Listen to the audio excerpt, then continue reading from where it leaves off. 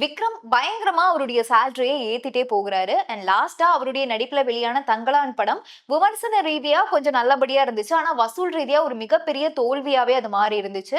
இப்படி இருக்கிற நேரத்துல இப்போ ரீசென்ட்டா தான் Netflixலயே அந்த படத்த ரிலீஸ் பண்ணியிருக்காங்க. அண்ட் வீர தீர சூரன் படத்துல நடிச்சு முடிச்சிருக்காரு. அந்த படமுமே சீக்கிரமா தியேட்டருக்கு வரப்போகுது.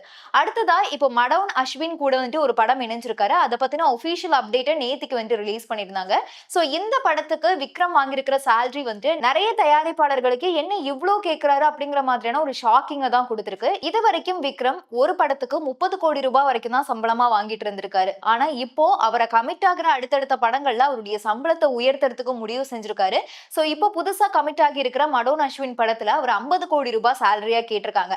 ஆனா நெறைய பேர் என்ன சொல்றாங்கன்னா, இவர் கேட்கிற இந்த சேலரி ஆக்சுவலா ரொம்பவே கம்மி. ஏன்னா ரொம்ப வருஷமா இண்டஸ்ட்ரியில இருக்கக்கூடிய ஒருத்தர் ஒரு படத்துக்காக அவ்ளோ தூரத்துக்கு ஹார்ட் ஒர்க் மெனக்கிட்டு நடிக்கக்கூடிய ஒரு நடிகரா இருக்காரு. சோ இவரு இது கூட கேட்கலனா எப்படி?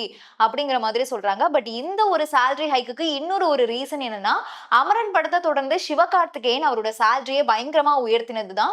சிவகார்த்திகேயனும் அவரோட அடுத்தடுத்த படத்துக்கு சேலரி இன்கிரீஸ் பண்ணியிருக்காரு. இதுவரைக்கும் அவர் ஒரு படத்துக்கு 30ல இருந்து 40 கோடி வாங்கிட்டு வந்த நிலையில, அவர் அடுத்து கமிட் ஆக போற படங்கள் எல்லாத்துக்குமே 50 கோடி ரூபாய் அவருமே சேலரி கேட்டிருக்காங்க.